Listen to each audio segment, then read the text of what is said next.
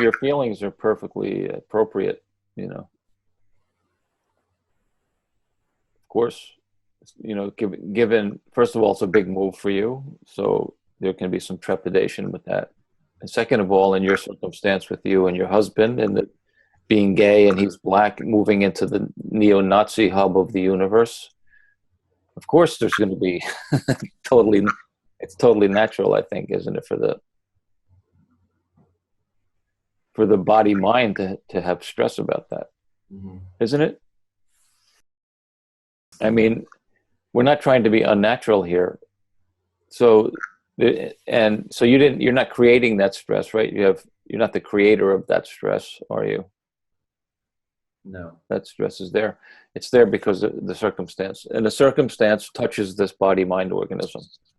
This body mind organism, uh, as my teacher said, is always touched. It's touched. You, essential nature, is not touched, but the body mind is touched, isn't it? That means if something happens, this body mind records it and responds accordingly. So the idea with freedom, in my view, is not to try to change that or get rid of it. That's gonna happen.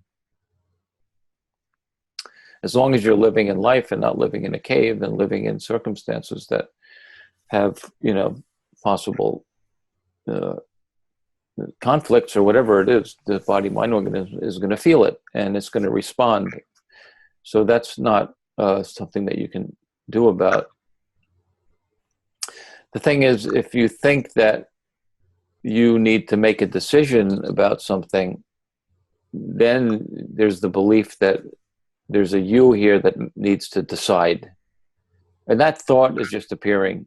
Doesn't mean it's true. There's a thought, I have to decide what to do now, you know.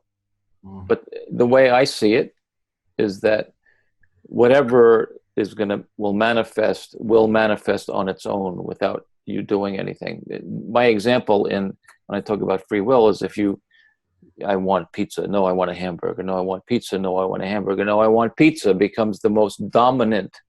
At some point, one thought or intention becomes the most dominant, and then the action follows that intention. But in all of that, there's no one creating any of that. It's just going back and forth in the mind. In your circumstance, whatever needs to be done for that move, whether the move happens or not, is out of your hands. The mind was going to deal with it, or circumstances will deal with it.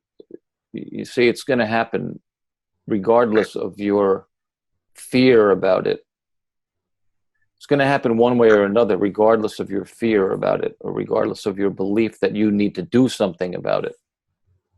That's just belief, you know. Mhm.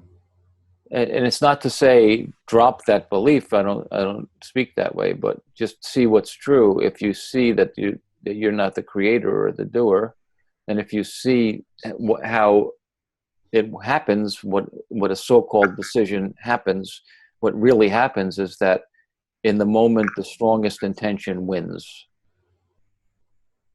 and then action follows the strongest intention in that moment, and you're not having anything to do with it. And so Ramana said to his mother when his mother came, when Ramana was young, 17, and he moved to Tiruvannamalai, and his mother came and begged him to come home. Maybe he was 17 or 18 at the time. And he wasn't speaking, but he wrote something. He said, uh, the great ordainer has already decided. I don't believe in this kind of predestiny, but the point is still the same. The great ordainer has already decided what is going to happen. So what's destined not to happen won't happen, no matter how much you try to make it happen. And what's destined to happen will happen, no matter how hard you try to not make it happen. So he says the best course is to just stay silent. And he just means that doesn't mean don't speak. What he means is to stop pushing life around or thinking that you have anything to do with it. It's going to manifest how it manifests. And that's also this body mind tends to worry about everything. Yeah. So that fan has not stopped spinning with having holidays yet. So Yeah. Okay, I understand. That's certainly a habit. I can and I know what that is also. And it's so you just keep seeing what's true, you know. There's nothing to do about any of it. I don't like, there's no goal of changing anything here, or even the anxiety you feel now. That's just, it is what it is, you know. Let's have a holiday. Let's be on holiday now. And there's only now, right? Yes. And so if there's anxiety now, that's truth, isn't it? Anxiety is true. What's not true is that there shouldn't be anxiety. That's not true. That's a hope. And that hope adds more anxiety to the anxiety. So if you keep coming to just have a holiday and know what's true, that you're fine, you're fine. All of this, what North Korea? I don't see North Korea. Where's North Korea? You see North Korea? I don't see any bombs coming down on my head. You see, this is a projection and just ideas that we can't, North Korea bombing America. This is ridiculous. What? Forget the whole point that the fake news of CNN is complete nonsense, but forget that. Just the idea in my own head that North Korea is going to bomb us and it causes me fear. See right here, look now.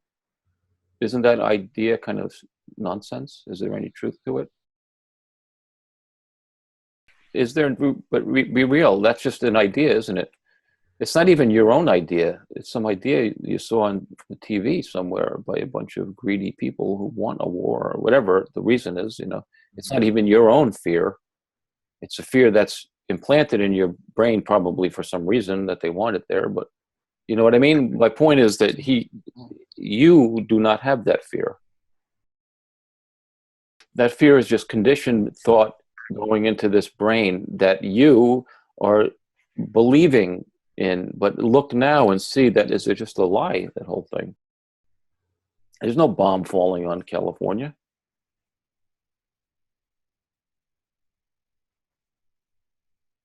Do you see what I mean? Yeah. And so just, and no, don't change anything or get rid of anything, but see now that that projection of the future that they're going to bomb California, it's kind of a fantasy, isn't it? That fear is not founded in any truth, is it? That fear is not actual now. So we just keep coming back to this now, and now nothing's happening. This is all that's true. The only truth is now. Any projected future, if I think about, you know, anything that I projected in the future, like I projected when I was in my 20s that I was going to be the world's most famous and rich guitar player. That was my projection. Well, that's not quite what God had in mind. So you see, what point did my projection, you see what I mean? It's, our projections are not true. They're lies. Usually what we project doesn't come to any fruition, really. If it does, it's just a coincidence. In my own experience, whatever I've projected, good or bad, into the future usually doesn't happen that way. And if it does, it's just a coincidence. So then why bother? Why bother with all of that that comes in the mind? A holiday is not about changing those ideas or changing the anxiety. It's about saying that nothing's happening, actually. All of this fantasy is causing me anxiety. But in truth, what's actually happening? There are no bombs being dropped. There, you know what I mean? Mm-hmm.